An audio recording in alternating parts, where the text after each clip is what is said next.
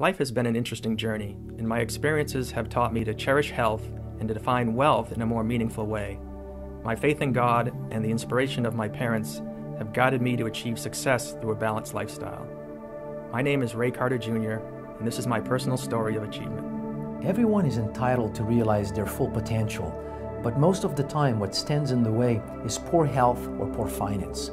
By discovering what is literally the natural renewal and repair system of the body and discovering natural compounds that can support this natural repair system, my aim is to help restore people's health so everyone is then free to pursue their dream and reach their full potential. I'm Christian Drapeau, and this is my debut appearance on Balance.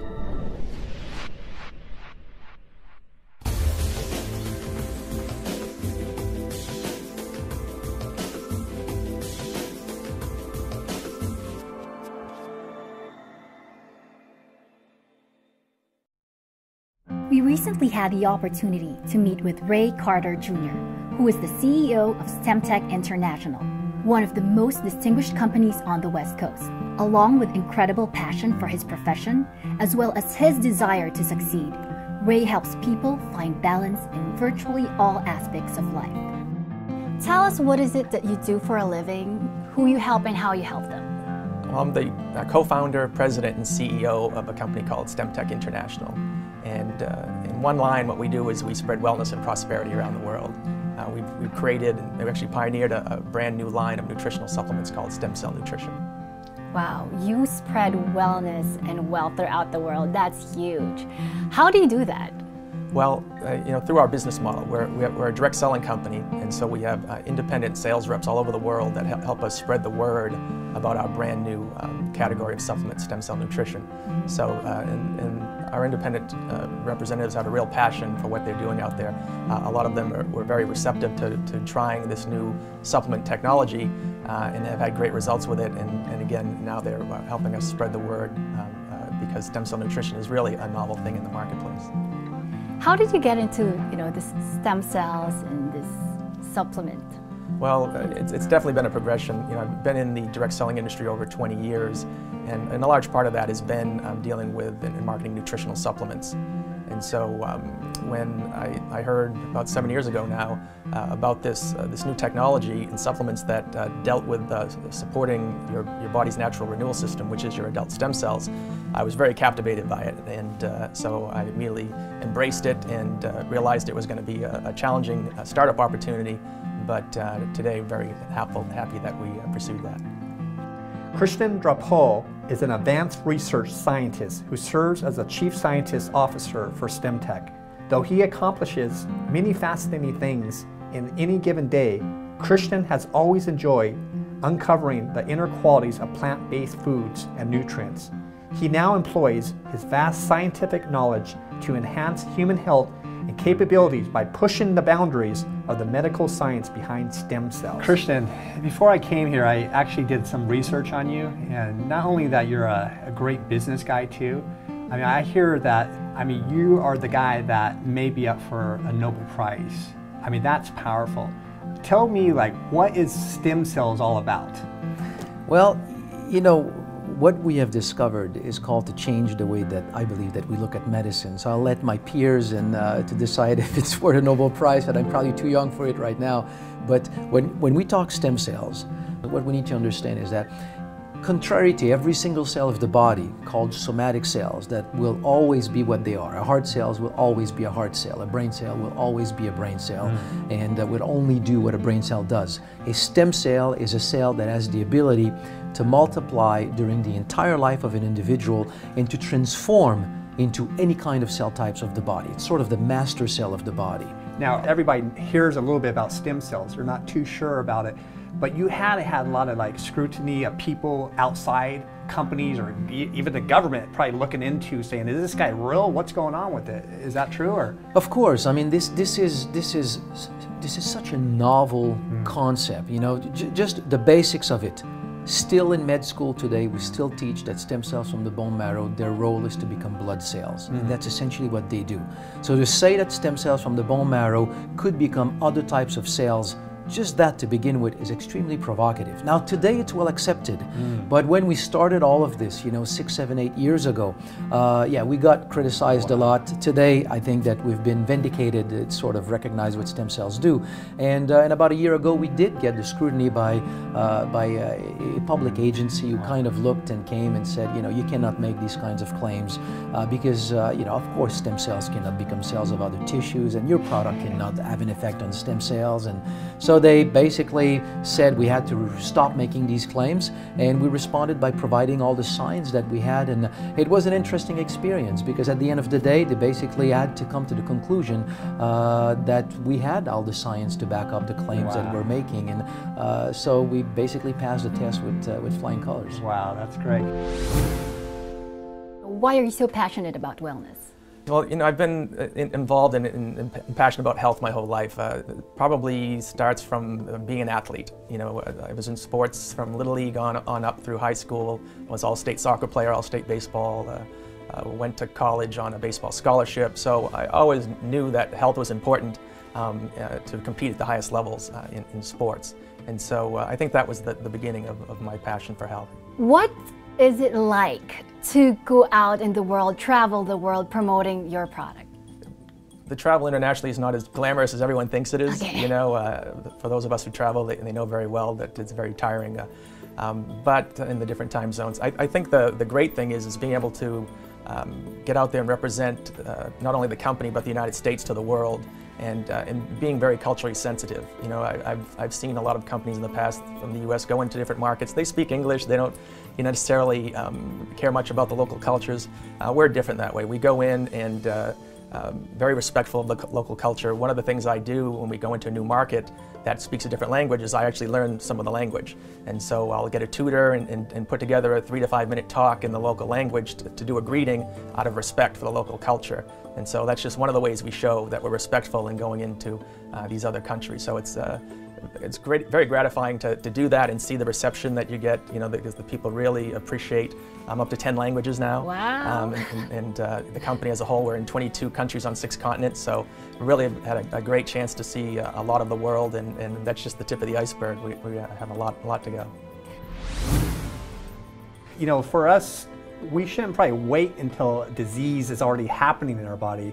We should probably have that prevention, and that's what it seems like you're all about, is helping people with prevention. Is that correct? That's what we forget too often. Everybody knows. There's nothing new in this. We forget it. Disease never happened on the day that you have the diagnosis. Yes. We're climbing stairs 10 years ago 3 by 3, 5 years ago 2 by 2, 2 years ago 1 by 1, a year ago 1 by 1 slowly, 6 months ago 1 by 1 slowly. I stop in the middle to catch my breath, then I get a heart attack. It didn't start on the day. My heart problems didn't start on the day of the heart attack. Everything is a slow decline. And what we realize is that it declines because of a decline in our ability to repair day to day. Wow. So if you support the natural ability of the body to repair, you basically give that ability of the body to maintain its health. So it's really, we're not talking even about disease prevention. What we're talking about is health maintenance. Wow. It's a whole new concept, really backed by strong science.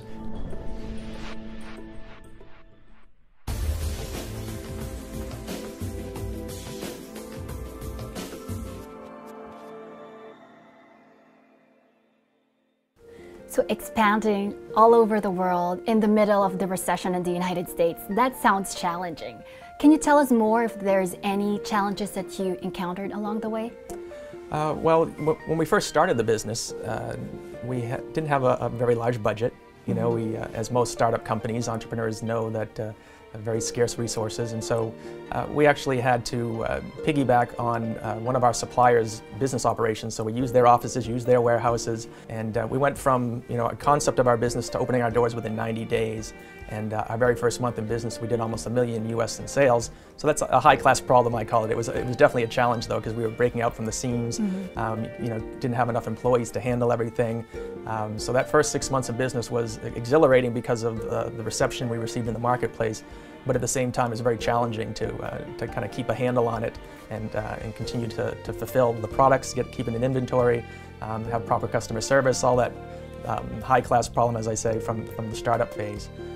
And then, of course, when the recession hit in 2008, the worst global recession in history, as I said, we're very fortunate to have expanded our horizons and had other markets in the world help keep our cash flows going nicely while the U.S. market was starting to suffer. And we're still hopeful that the U.S. market is going to start moving up here in the very near future. We're already seeing signs of it. Now this show is all about health and wealth. I mean, what's your concept on health and wealth? If I answer this question by, from the angle of the work that we have done, we see health by, generally speaking, by protecting ourselves from the outside world, free radicals, and we need to consume a lot of antioxidants. We need all the vitamins and the minerals that the body needs, and all of that remains true.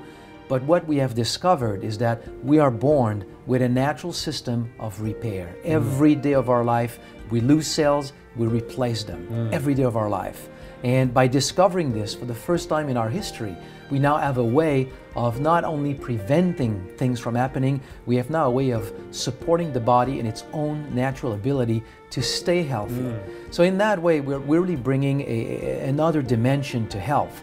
And we sort of distribute the products, we do business through a business model that essentially does not bring all the income into our pockets. We actually spread it, it's an approach of health to wealth where we can reach the maximum health and share it with as many people as possible. So the big question, what's more important to you, health or wealth? I mean, it's interesting because I think that in life, everybody is entitled to the full realization of their potential. The problem is that most people don't do it because of health obstacles or wealth obstacles. So it's both. It's both? Really you both. Can't give one? I think it's both. It's both. I think it's both. And if you don't have wealth and you get health problems, sometimes you can't resolve them. And if you don't have health, then sometimes you have a real obstacles to freely develop your potential to acquire wealth. So I see them as equal. What we try to do with our company is bring both to people. Wow. Wealth and health, you got both. What do you think is more important? Boy, if I had to choose between the two, it would be health. It definitely would be health, and it's all how you define wealth. If you want to define it as just purely financial gain, I could live off loving coconuts. I don't really need money or material things, but it's what that wealth can do for you. With STEMTech, one of the reasons we want to continue to grow the company and make the company prosper is, again, not only to spread the wellness and prosperity around the world, but the funds that the company receives, we want to then use to give to charities, etc. So, my legacy is not going to be one of having $100 million in the bank. It's going to be one of, when it's all over, he donated his money to charity. So it's wellness is a great thing. Wealth is, in my view, the definition of wealth is how many people you can help out there, and you become more wealthy by helping more people. If I throw out the word struggle, tell me a couple struggles that you had in life that you had to really, maybe like you said, I think you said somewhere you lived in a tent. What was that about? Was that struggling, or were you liking it? No, it was not struggling. It was. I think it was more of an experience of, living. When I lived in the monastery in the south of France, I lived with literally a pair of shoes, a pair of jeans, and 2 T-shirts, and that's all that I had. It was the most peaceful part of my life. So I realized oftentimes how goods and wealth can become the biggest trap as well, to joy and fulfillment. So it was more an adventure of going into living, as simple as could be. Would you say you're a workaholic? Boy, I used to be a workaholic, and I guess it's kind of necessitated when you first start a new business. It's, again, 24/7, you don't have the staff you need, so you have to wear 12 different hats. But again, it's still important. Even when it was like that, I was still getting to the gym, even though I was exhausted, or reading, or praying, doing different things to try to, keep the stress off. But yeah, I think I'm driven, and so. But today I would not say I'm a workaholic. I think I'm much more balanced. So how did you overcome that? How did you get from workaholic to balance? Well, getting married does that to you, number one. So I think that's an important part of it. But even before then, at some point with me, I think the aha moment was to I really surrendered more to God's will. You know, again, I'm very spiritual that way. And early on in my career, I was focused more on the money. You know, success was making a lot of money. And then I had a kind of my own personal paradigm shift saying, you know what, the focus needs to be on helping other people. And when you do that, you know, and you have a purpose-filled life, the prosperity will automatically follow you.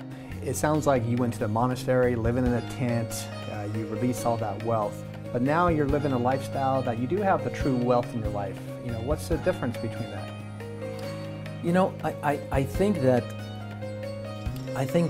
all throughout my life, one thing that I have learned is that because of our ideas, because of what we want, I think we stepped in the way and stand in the way of what could flow so easily if we just accepted the opportunities that show up. We just complicate our lives with all of our wants and our ideas. So what I've learned of true wealth is just step out of the way, just be truthful, be harmonious, and try to really be as honest as you can be in your day-to-day life. The rest flows from it. And to me, true wealth is really at that level. The financial wealth comes out of it, naturally. And it's oftentimes because we stand in the way of it because of how we would like life to be. So let's talk about, you know, you are helping other people become healthier, both financially and physically. How about you? How do you stay healthy? Well, first I take our products. I was the first guinea pig way back when we were testing it 7, 8 years ago, and so I swear by the products that we sell in the marketplace. And as I said earlier, I'm an athlete, so my whole life I've played sports, so I continue to try to do things to stay active. You know, I jog, I swim, I hike with my wife and baby girl and my dog, and so you know, it's that balance is difficult in business, especially when you're an entrepreneur. The first few years when we got started, it was 24/7. And fortunately at that time I was single, so I could balance it a little bit better. More recently, in the last couple of years, I've gotten married, have a baby girl now. So now the challenge of balance is a little bit more difficult. But again, I think it's important to, you know, to have quality time and spend time with the family, of course, as #1 priority, but also to have a little bit of that alone time to get out there and do things from a health standpoint, exercise, go to the gym. I've got a great massage therapist, which is crucial, you know, to de-stress me. But I think all these things are very helpful. Is there any particular exercises that you love to do to stay healthy? Oh yeah, there are many, but a lot of them, there's not enough time to do them. You know, again, I'd love to be able to go play on a soccer team or a baseball team again, but it just takes way too much time with my schedule. So I try to do things that are time efficient and also some of my favorites. So, you know, I have a swimming pool in the backyard, so that's easy to go jump in the pool and get great exercise there. Or, you know, just jogging around the block, hiking up in the hills behind the house. So those are some of the more favorite things to do that are very time efficient. Yeah, time efficient and fun. Yeah, exactly. So how about with health? Have you always been a healthy guy? Were you in sports and as a kid, or? I'm born with this other thing. You know, I have a pretty strong health, so I've never really struggled with health challenges. I've done sports all my life in my youth, and that's how I started to study a little bit, you know, what the mind can do. I was a North American champion in Taekwondo, but when the North American Games came when I was 15, I was pretty young. Are you still practicing now? And I hear you got pretty good at it. Well, I was pretty good at it at the time, and I didn't do it for a long time. And about a year ago, I realized, you know, I'm not doing enough exercise. My biggest exercise was to run between 2 gates at the airport. So I decided I need to do something. So there's a school that just opened nearby my house, and I stepped there one day, and I started to do it again. And he's the best teacher I've ever had, and so that's my thing right now. I really enjoy whenever I can go back.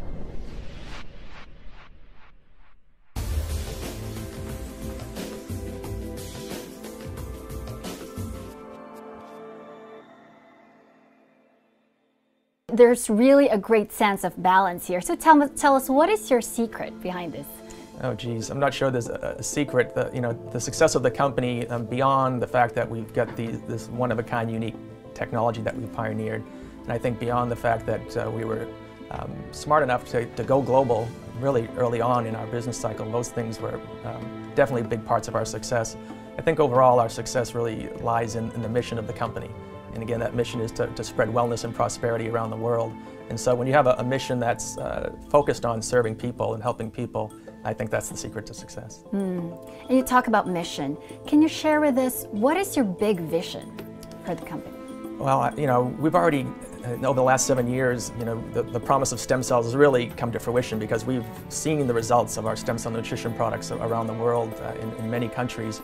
And I think the big picture is to really just spread the word further. And we've impacted, you know, over 100,000 people to date.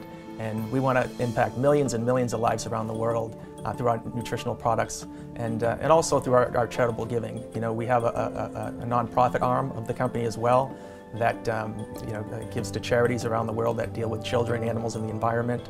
And so we want to continue to be a success as a company so that we can give back more through the charitable givings as well. Wow. Can you tell us more about that, you know, charitable organization? Sure. Yeah, it's called the STEMTech Global Foundation, and really, right out of the gate, our first day in business, we started identifying charities that we wanted to support. It's just part of our corporate culture. And then a couple of years into it, it's very expensive to set up a nonprofit organization. So within a couple of years, we formalized that charitable giving to allow more people to participate and get tax deductions for helping us with our charitable support around the world. And again, as I said, we focus on children, animals, and the environment. We have, for instance, an AIDS orphanage in South Africa that we support. As many people know, South Africa's got the highest incidence of AIDS in the whole world. In Nairobi, Kenya, we support an elephant orphanage of these orphan elephants whose parents get, you know, killed from poachers wanting their ivory. And we do that same thing in most markets that we enter. We try to first identify a charity we can work with so that we're giving back to the community before we even start reaping financial benefits from it. Christian, being the partner and a scientist in this company, I see that you guys are doing some great things, but I also found out that you guys are giving back and really giving back too. Tell me about this woman that has like 150 kids and how are you guys giving back to this? This is incredible. Yeah, every countries where we have distribution, we find, you know, charities or nonprofit organization to give back. But this place, specifically for me in Thailand, is a place where some of our distributors in Malaysia send products to this children's home because some of the kids had some health challenges. They saw great results. They talked to me about it. So one day I was there. All my meetings cleared up in Bangkok, and I called them, asked them where that was. It was a 6-hour drive in a cab. I hired a cab, and we did the 6-hour drive. And I just discovered a small community. I mean, this is a woman 20 years ago after some conflict in Burma. She moved there to help the refugees, and she found an abandoned child. She took the child, and she found a second one, then a third one, then a fourth one, and today she has 150. Being refugees, they're sometimes discriminated against in school, so she created her own school for the children. Yeah. And so really what I saw there, I saw a community with a woman practicing total unconditional love, and she's a modern day Mother Teresa. So I look at what was happening there, and we decided to really do what it takes to really help this community to be self-sustainable, because they're still dependent on donations, and it's rough. For 20 years it's been rough, and now it's rougher than ever. So we're working with them, and we have some really neat projects. This is not a small team. I mean, you have a big team here. You have your marketing and sales, and I met all these different accountants. So this is a big, lots of people. So how could people put the right team together? I mean, that's really a challenge, is getting the right people on the bus and heading the right direction. How do you guys do that? Well, I think it's the challenge for any company. You know, finding the right team is a long-term process, and it's adjusting. It's ever growing. So it's one part of the challenge. I think the other side of the challenge, which is one thing that I personally try to instill a lot in the team, is really to try to pull out of everybody the enjoyment of what they do, the inspiration in what they do, so that they really own what they do. And it's through that effort that we really get, I think, the teamwork, the team effort that we have here. Yeah. So you shared with me that your relationship with your work changed when you got married. And a lot of people are struggling with setting boundaries between work and their family life. Can you give us advice on how you do that? The advice I'd give is, number one of the things I do, I have an 11-month-old baby girl. I get up in the morning with her and play with her in the morning and change her diaper and go sit her in her high chair and have breakfast with her in the morning and let my wife get a little bit of rest while we're doing that so we can have some bonding time there. And I make sure that the boundaries at work are, I used to work 24/7. I'd be at the office till 9, 10, 11 at night. When we first started, I was there till 2 in the morning. So I say, you know what, I'm drawing the line. I need to be home before 7, and my wife holds me to it. And so I can spend quality time during the week with my family. Also, if you can incorporate your family into your business at all, I'd really recommend that. When I travel internationally, it's very difficult. The family is home, and so we just got our little girl her first passport, and so we're going to start letting my wife and child travel with us to different countries around the world, so that, again, you can spend that time while you're working. And Christian, you seem like a really smart guy. Now, being smart, did that get you like where you're at now? It's interesting that you say that, because, I bought into the whole Western concept, I think, therefore I am. So I just thought, if you're smart in life, you're it. Yeah. The summum of life is to be smart and be recognized as being smart. So I did most of my life, I would say until my mid-30s, thinking that if I'm smart and I all do it on my own, and I can prove to everybody that I did it on my own, then really everybody will recognize it. And obviously I had to realize it just doesn't work that way. And it was a very slow process for me to learn that really the true power in life is team working, team effort. If you really work with a team, first, you cannot make it alone. Biggest illusion in the world. Yes. We always make it as a team. And if you are not, you don't position yourself as the smart one in the team, but you really bring out of everybody else what inspires them. You bring out their juice. That's when the team is the strongest.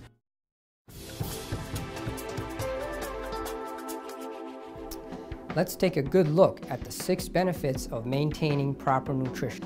For number 1, keep in mind that when you're taking in the same amount of calories as you're burning, you're basically maintaining your weight in a very stable way. The chances of gaining weight are significantly decreased when you're on a very proper diet.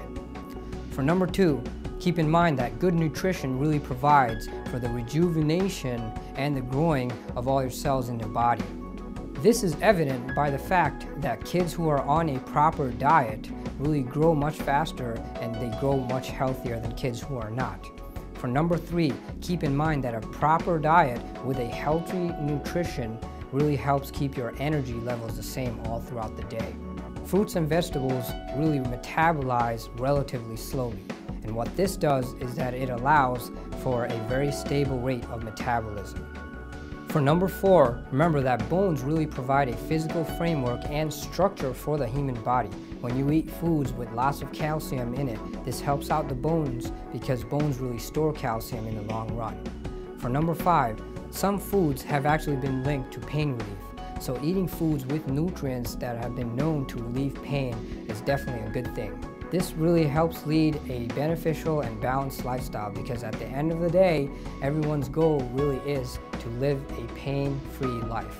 And finally, for number 6, keep in mind that eating a diet with proper nutrition really helps boost your immune system. So with all these 6 tips combined, we can say that by extension, eating a healthy diet with proper nutrition really helps you to achieve wealth, health, and a balanced lifestyle.